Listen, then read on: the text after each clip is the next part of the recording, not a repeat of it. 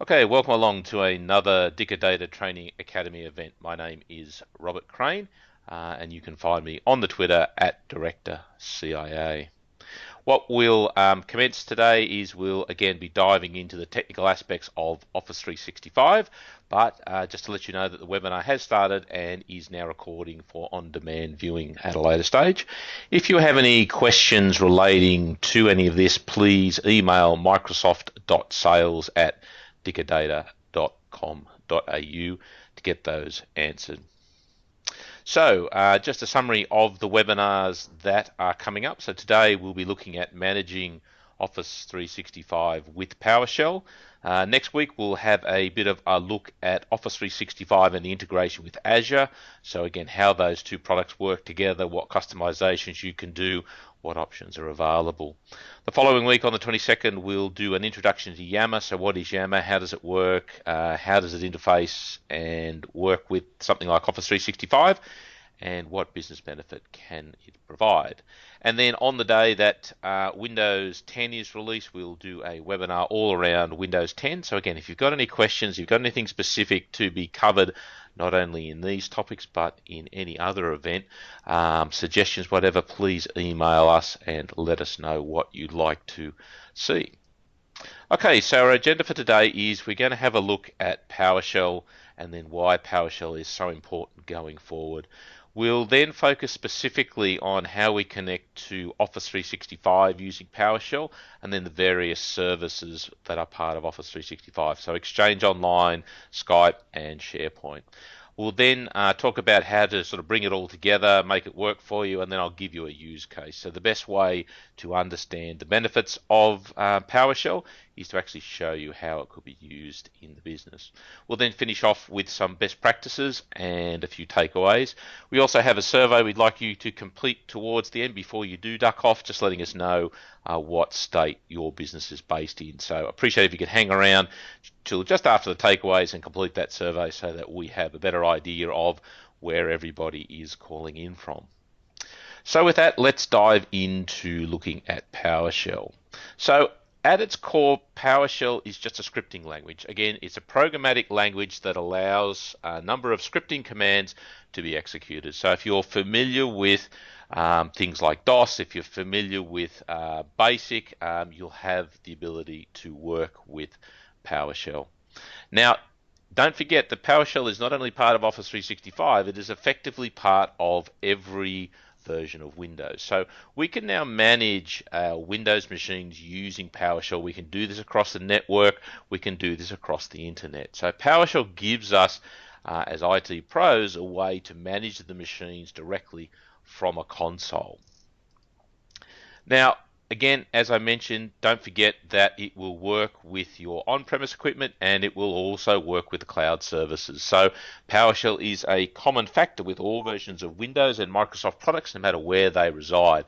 And this means that the commands written against one will typically work against another. So again, any skills that you pick up in PowerShell are going to benefit you going forward. Now, when you do use something like the Exchange console in 2013 or whatever to actually manage your Exchange environment, what's happening in the background is that the commands, the PowerShell commands, are being created, and then when you finish the console and push OK, it basically then runs a PowerShell command. So even at the background, all this GUI stuff that you see, all the graphical user interface and the tools that are in modern components are basically just creating PowerShell scripts which then run in the background. So again, that's how important they are to the whole ecosystem. Now, when you use a PowerShell script, the easiest way to think about it, it is basically a command and then a dash and then a parameter. So, for example, get dash users dash all. So again, it's not particularly complex. It's again just a matter of knowing what those commands are. Now, typically you're not going to have to memorize those commands. They're available in ready references and accessible from a web page. And so it's important to remember that you don't have to remember and have all of these in your head at all times. Now, the good thing about it being a scripting language is that it supports, things like if-then logic. It supports the ability to do loops. So while something loop, Again, that means that you can iterate through, for example, a number of users and perform the same action.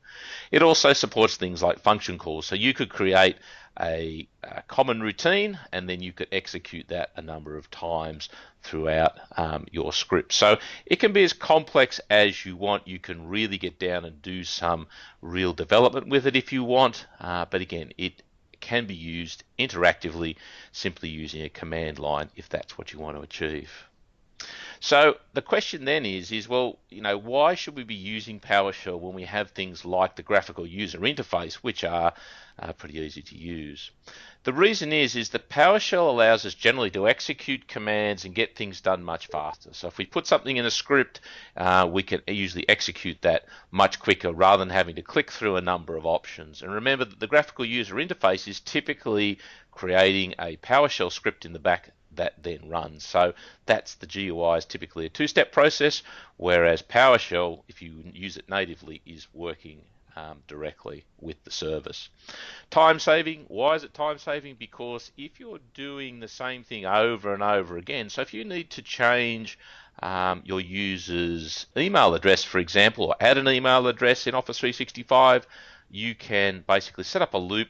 Once you've got the loop done, it will go through every user and do the same task. So again, you get this automation that will save you time, especially when you're doing repetitive tasks, but also when you're working with different clients and different tenants. So that means that if you have a script that, for example, provisions OneDrive for Business automatically for one client, you can then run that against another client. If you have a PowerShell script that sets up the Exchange Online protection the way you want it, you can then run that script against another client. So again, it's going to save you time making it repeatable. And that's the big thing here, is once you get the script right, you can replicate this many, many, many times. And this basically means that it's going to make life a lot easier, not only for yourself, but for anybody else who you give access to the script. So you can create a library of scripts to use in your business, and then you can get some of the other text to actually execute them on a regular basis. Now, what we can do with scripting languages, we combine commands together. So you don't just have to, for example, work on a command that perhaps just changes an email address.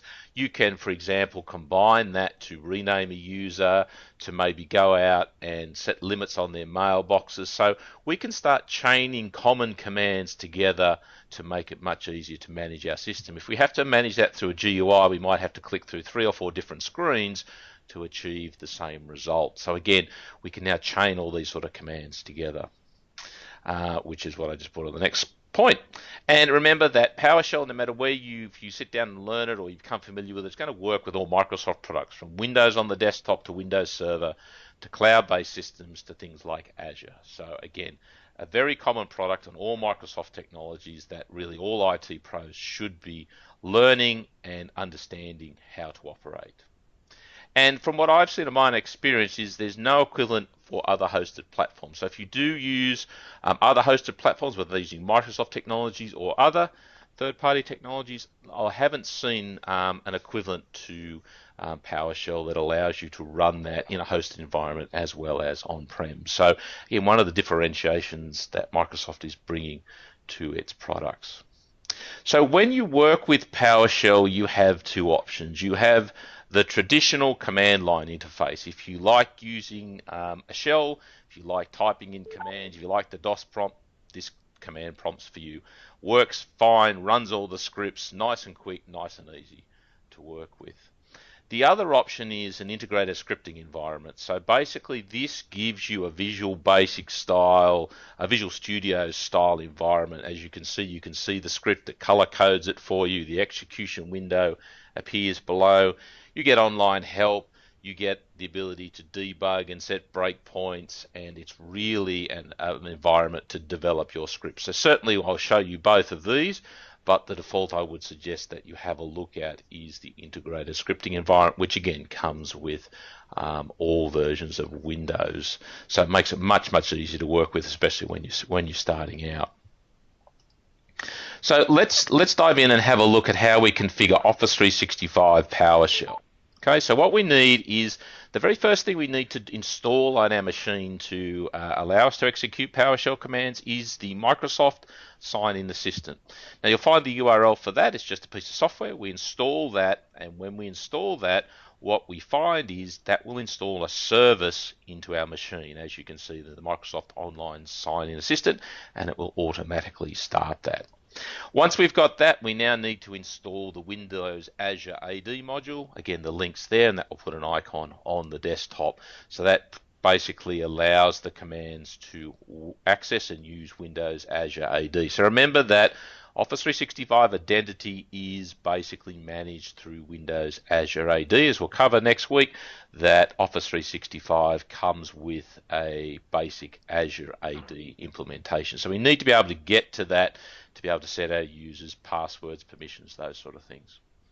Now, once we've installed that, we then need to install the modules for the additional services. So we've installed the sign-in client, we've installed the Azure AD model, which allows us to do basic administration of our users. But now to get to SharePoint and Skype, we now need to install the SharePoint Online module.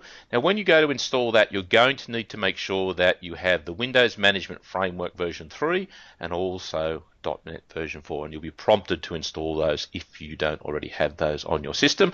Again, you can download the SharePoint module directly from that link. And the same thing here for Skype for Business. You'll need to download and have the Windows Management Framework version 3, .NET 4, and then install the Skype for Business Online module as well. Now, once we've got all that installed, we'll have an icon on our desktop that allows us to run PowerShell. When we run PowerShell for the very first time, it's probably much easier for you to go in and run this command. So this is set-execution policy space remote sign. So what I'll use here is every command here that you see on a single line basically is a command that you run and press enter at the end. Now what this does is that PowerShell is designed to be secure out of the box, which means that it generally only accepts scripts which have been signed with a security certificate. Now that can become a bit cumbersome to work with. So what we do the first time in our environment is go in and set the execution policy that allows us to run scripts that aren't signed. So allows us to create scripts and execute scripts without the need to have them use certificates to ensure their security. Again, there's a security trade-off here, but again, if you're controlling the machine, shouldn't be an issue. We only need to run that command once. So once we've done the execution policy and basically made it available to use our own scripts, then we need to load the modules to allow us to access Office 365. Now the first thing we need to do is go import-module space MS Online. This will import the module that allows us to run Office 365 commands in PowerShell, and that's obviously called MS Online. Now when we run these sort of commands, the thing with PowerShell is because it's designed for people who know what they're doing, if the command's successful, you will see no further prompt. You'll just get the next prompt. If there's an error, generally you will see something in red. If there is a warning, you will see something in orange or yellow. So again, if you type everything correct and hit enter, basically you'll just move to the next line. Now once we've loaded the modules, what we then need to do is we need to log into our Office 365 tenant. So the way that we do that is we store that information inside a variable, inside a little piece of memory. And in PowerShell, the way we designate variables is with the $sign. So $cred for credentials. So we create a variable called $cred, and into that we store the results of the get credential command. So what that's going to do is open a window, prompt us for a login and password, and then it's going to store that information in a variable called $cred, which we can then reuse to log into all our different services. Now, once we've got our credentials, we've loaded our modules, we then need to connect to the online service with the credentials in $cred. So we do that with this command, connect-msol service space -credential space $cred. That will take whatever stored in the credentials, our login and password, and then pass them to the connection service, and then we're away. So with that said, it's much better to actually show you what's going on here.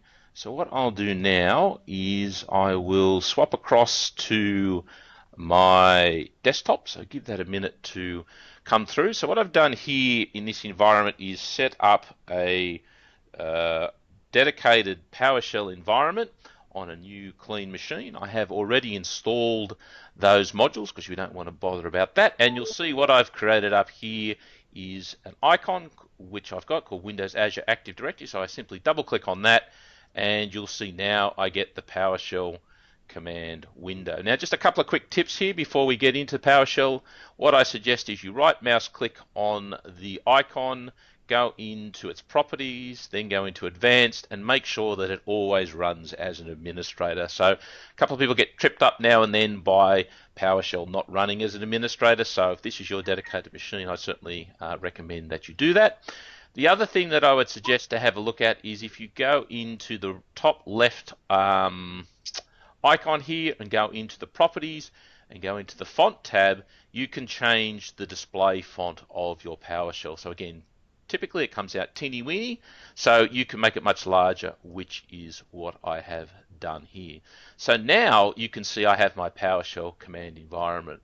Now what I'm going to do here is I'm just basically going to type in the commands that I want manually, so we can see those basically load so the first thing I'm going to do is set my execution policy. Right, so set my execution policy to remote signed. Okay, now it prompts me, do I want to change the execution policy? Yep, I want to do that. So now that's enabled me to use the scripts I create. If I type CLS, clears the screen for me. So now what I'm going to do is import module MS online. Oops, MS online.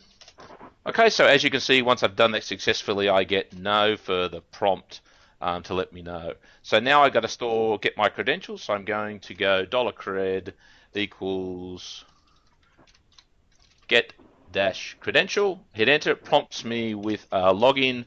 Now I need to log into my Office 365 tenant as an administrator, and then what it does is saves that into that variable. So now I go connect dash msol service minus credential $cred, and if I've got everything right, you'll see that it'll take a moment, take those credentials, log me into Office 365, and then when I've done that, what it will allow me to do is to run my basic Office 365 command. So for example, a basic Office 365 command is get msol user space minus all.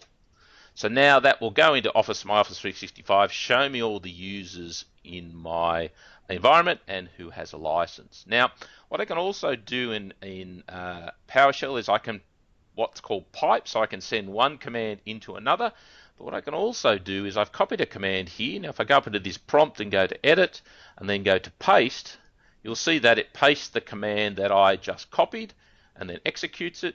And then what it does is it basically gets all my users but uses a command to format the table and only display two fields, user, principal, and password never expires. So now I can see quickly which users basically have the ability to who don't have to reset their password. So simple as that. So the downside here is that what we've got is this is a very cumbersome, as you can appreciate. Now what's a much better idea is to use the ISE. So rather than using the command prompt, as you can see, I've got the ISE here. I've got my script will appear at the top, the output down the bottom.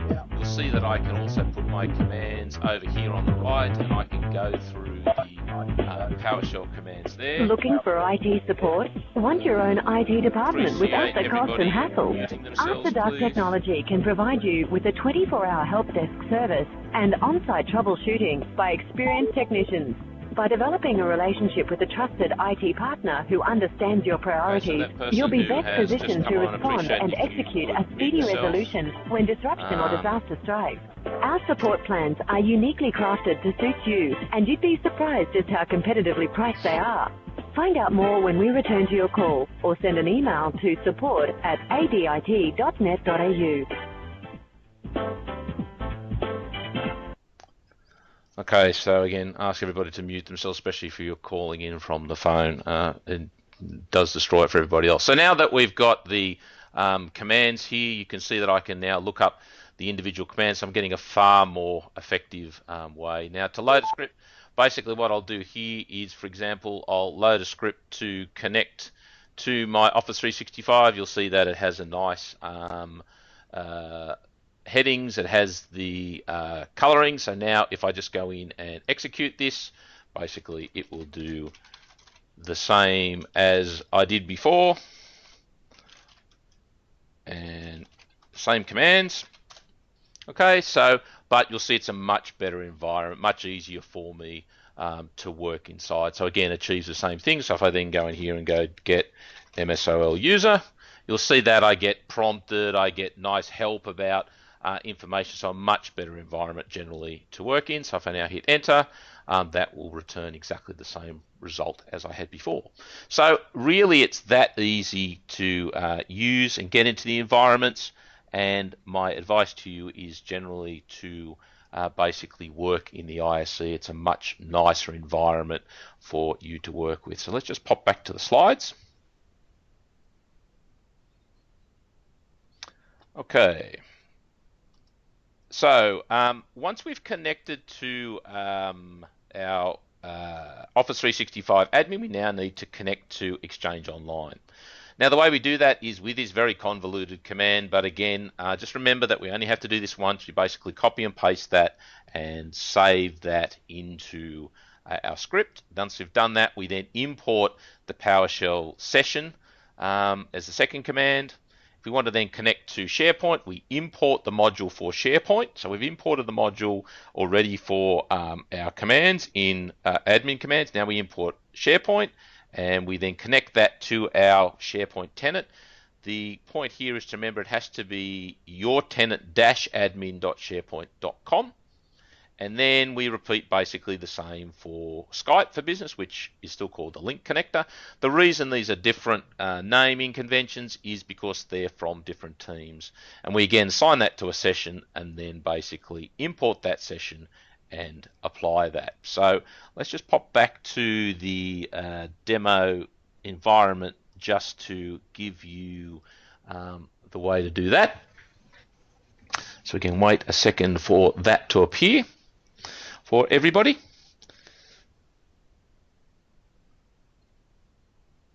Okay, so what I'll do is you'll see that I have an option here, a PowerShell script that will connect to Exchange Online. I also have another PowerShell script that connects to Link, and I have another PowerShell script that connects to SharePoint. Now, because I've already logged into my Office 365 environment, I don't need to re-log into that. So what I'm going to do here is basically select this line. Okay, so just select this line in this script, and now I can execute just what I selected. So if I now select this line and then hit the F5, right, it will execute that command. Then if I select this line underneath, and again just hit F5, you'll see that will now connect me to my Exchange Online environment. It'll take a minute to do that. You'll see what it'll do in a minute is loading these modules up here. So you'll see these commands start being loaded, and again, and then when it's successful, it will come back to a prompt for me. Okay, so there we go. So I got a bit of a warning there just to be aware of. Now if I go to my SharePoint, and again what I'm going to do is simply select the line to, oops, I've got to obviously firstly connect to my load my SharePoint module. So again, just select that and run that command. That now connects to SharePoint for me, loads that module. Then I go to the connection service and connect to my SharePoint. Remember here that my tenant name is CIAOps 365 E1, and I'm have to use -admin. And now you'll see that it is connected to my SharePoint environment. And finally, if we do link, again, we just select link, and we then just run that one command here, and then down the bottom, once that's done, we then go to the link session, run that to create a new link session for us. When that comes back, we then basically do the import, and now we can run commands against all of our environments. So what I'm going to do here is just open up another PowerShell script here. So the last thing I need to do is run this. Okay, so I'll just run this to import the session into link. Okay, so now I'm connected up to Office 365 Admin, Exchange, SharePoint, and Link, which means I can now run commands against all three. So again, I will just clear the screen here so I can see what we're doing. Whoops. And that's where you get an error. So if I CLS that, and then I go to my demo. So for example, if I want to have a look at my mailbox statistics, so again, take this line here and execute that. That's now executing that against the SharePoint, the Exchange Online component, hopefully. Yep. And then as you see here, I've also got the ability to run the SharePoint commands, okay, to get those as well. So there's my mailbox statistics that are created. Now if I go in and run a SharePoint command, okay, you'll see it come back with all my SharePoint sites and tenant sites. And if I run for my SharePoint, it'll pop out all my SharePoint tenants. So again, it's really that easy once you've got all that. And again, the integrated environment makes it much easier to work with. All right, so let's just pop back to the slides quickly.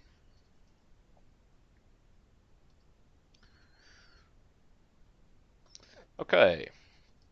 So let's look at some common commands here that people would run every day. So for example, here's a command that you would use to create a new user. So again, it looks convoluted, but it's fairly easy when you break it down. So new MSOL user is the actual command. It then needs a principal name. So this is the login name for that user. What's the display name going to be? So when it displays in the GAL, what's their first name? What's their last name? And then their license assignment. What license are you going to give them? In this case, I give it the tenant name, and then I'm going to give them the enterprise pack, which is basically an E3 tenant.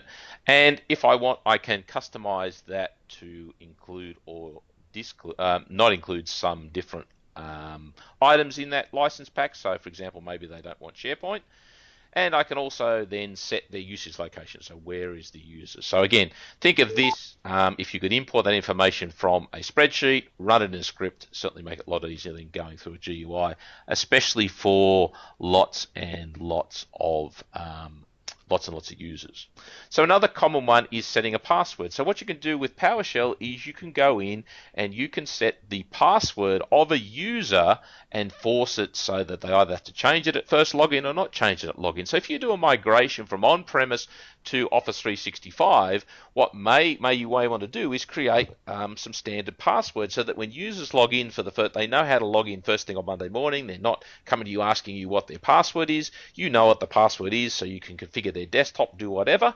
Again, so typically you can then set the passwords maybe to some standard that you know of, and then run this again and force the users to change their password the next time they log in. So again, just saves that little hassle, especially when migration, first thing Monday morning, when everybody's running around looking for the password to log in to their system. So another one which is very common that I see is the need to add mailbox rights for one user to another. So again, one user needs access to another user's mailbox. So again, you need to obviously load the Exchange modules, and then you can run the add-mailbox permission and the identity of the target, who's going to get it, and the source, who do you want, what is the source mailbox that you're giving rights to, and what access do you want, and how do you want to inherit that down the tree. So again, looks convoluted, but once you set it up once, just change a few variables, it certainly makes life a hell of a lot easier. So what I'm going to do now is just run you through a use case scenario. So here's an example of where I believe PowerShell is going to give you a major benefit over trying to do this sort of process with the GUI. So what we're going to do here is when you have a user who leaves an organization, how do you manage that? You know, what happens to their mailbox? Does it need to be archived? What happens to their license? Is the password automatically changed so they can't log in?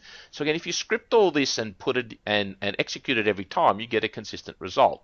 So let's follow through the steps that what I think you should be doing. So the first thing is you want to change the user's password. So again, with our PowerShell, we can go in using the set-msol user password, and we can change the user's password to whatever we want, in this case blue at 123 $4, and we can force it so the password is not changed at login. So now the old user has their password changed and they don't know what that password is.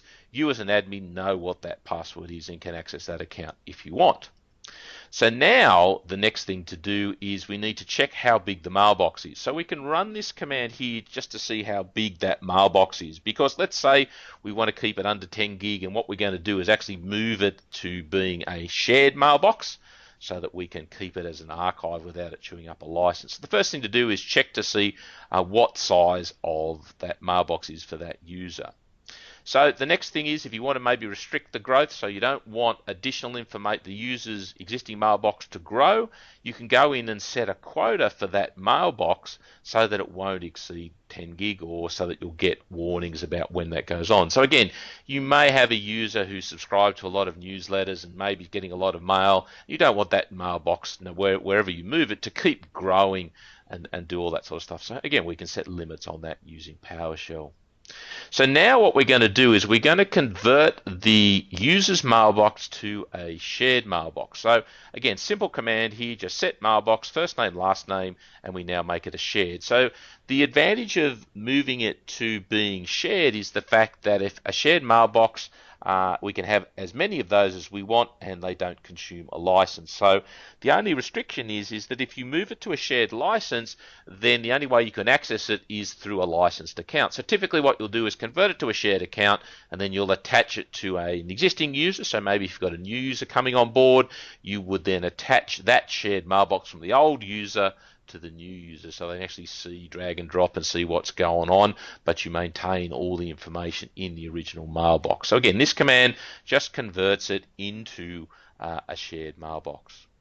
Then what we're going to do is we're going to hide that mailbox from the gal. So we don't want, when we go to, from, or sending emails, we don't want that address to appear in our global access list to confuse users who may send emails to every user or certain user or something like that. So again, we can use the set mailbox command to again hide that information from the gal.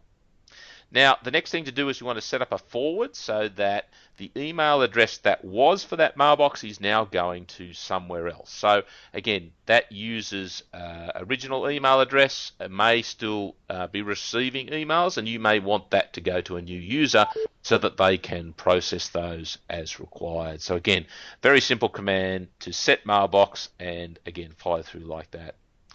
The next one is we want to set up the send as permission, so that will allow users and other users to be able to send from that mailbox and also receive and do things like that. So again, two simple PowerShell commands to do that. Again, you can see that you just use the same first name and last name as before.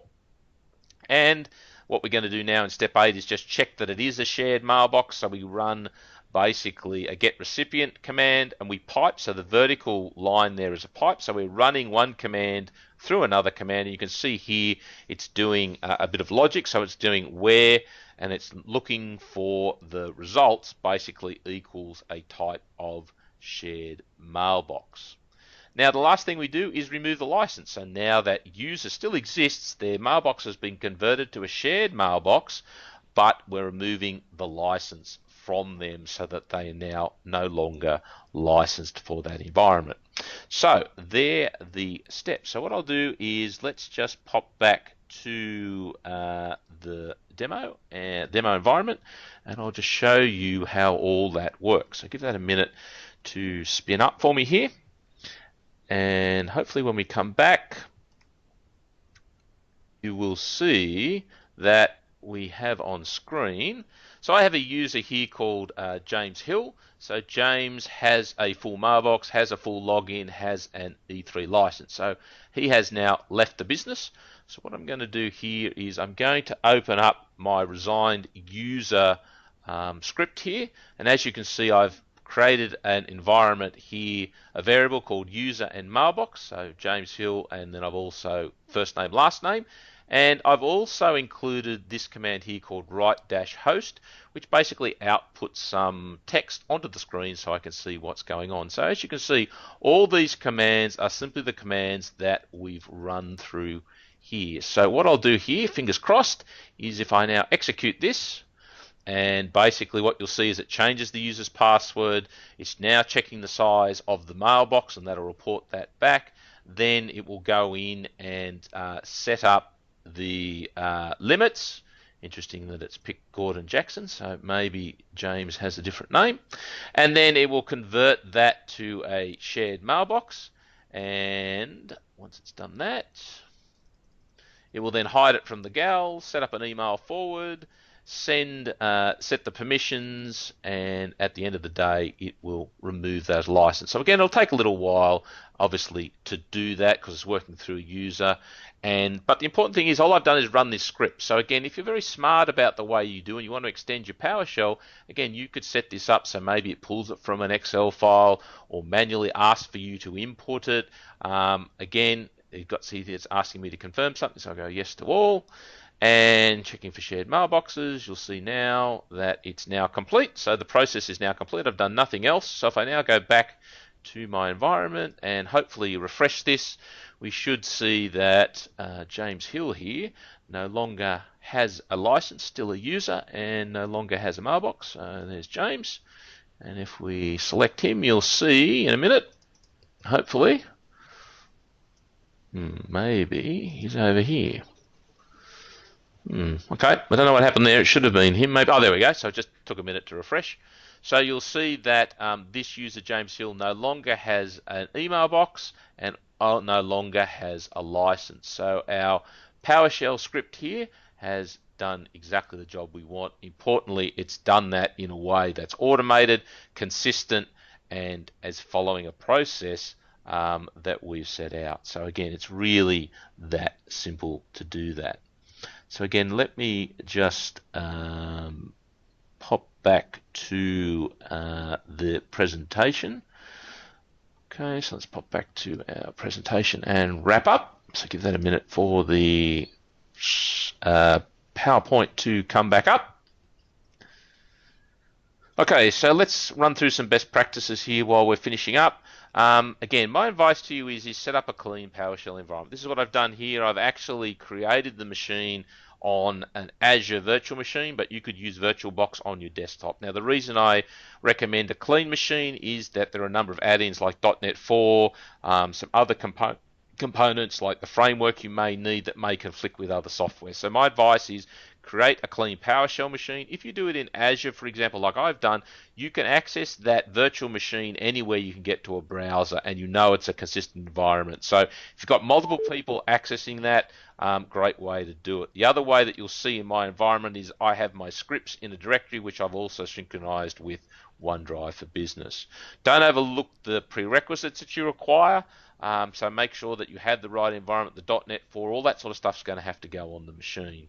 My advice again is make sure that you've got your PowerShell up and running, the environment you need with all the components installed before you actually need it. There's nothing more frustrating than having to change a user's password or do something that you have to do in PowerShell and then all of a sudden have to have all these problems trying to run up the environment. So make sure that you take the time up front, run up the environment, make sure that works, do some testing so that it's ready to go when you need it. And again, stand on the shoulders of giants. You don't have to be a PowerShell expert. The most important keyboard commands you ever need to know are Control-C and Control-V. There is so many PowerShell scripts out there that have already been done that will do everything that you need or will only require a slight modification. Don't think you have to rewrite everything from scratch. Look at basically copying and pasting from others and modifying it to suit your needs. And some of the resources I'll point you to will show you where you can get all these sort of scripts. So the takeaways from today is that PowerShell is for IT pros. It's really a key skill. No matter you're on-prem or in the cloud, you're really going to have to know PowerShell. the fast way to manage Microsoft products, all Microsoft products. It's a quick way. Once you get the scripts going, it's very impressive how quickly you can manage and do repeatable processes in such a way, in the information that you can use from this environment. The other big thing is you do it once. Once you've got your script right, you can run it as many times and get a consistent result. So again, the resigned user process, once you create it, you can run it for every single user tenant, and you know that the password's been changed, the license has been removed, the mailbox has been kept, all those sort of things are done in a consistent way. So again, this really reduces your overhead. Very difficult to do that in a GUI. And the functionality in the PowerShell will increase. There are some limits, for example, around what you can do with PowerShell in SharePoint Online at the moment, but those functionalities will increase over time and allow you to really get into managing individual items within each component. So again, don't forget that all these modules are improving, having additional functions added to them. And at the end of the day, you really need to start using it today. If you haven't used PowerShell, set up your environment, have a bit of a play, get familiar with it, and again, copy and paste from others. So some resources for you here. Microsoft has just announced a dedicated PowerShell for Office 365 website that contains all the information about how to get started, where the files are you download, and importantly, gives you hundreds of scripts, pre-canned scripts that you can use in your environment. So if you haven't seen that, go and have a look. That'll get you started. Great place, especially for Office 365.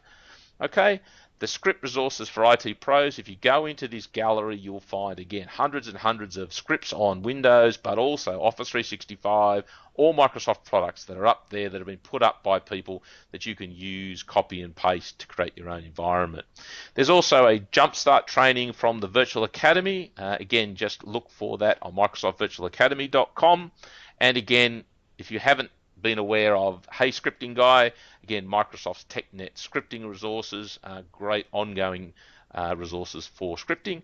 And if you just want a beginner's overview that's not a Microsoft thing of why PowerShell is so important, I think that's a great resource to have a look at. Again, remember, all the slides will be available to us now. So just before everybody pops out, we'd love you just to let us know what state you're calling from. So I appreciate if you can just take a moment and fill out which state that you are calling from, just so that we've got an indication of the callers on this webinar, which state you're in. So obviously we can dedicate the resources to that. So I'll give you a moment to complete that. Again, appreciate everybody turning up and going through this webinar with me. So give it a minute or two. So I'll come back to that in case you haven't voted. So let me just go to the final slides here with the information.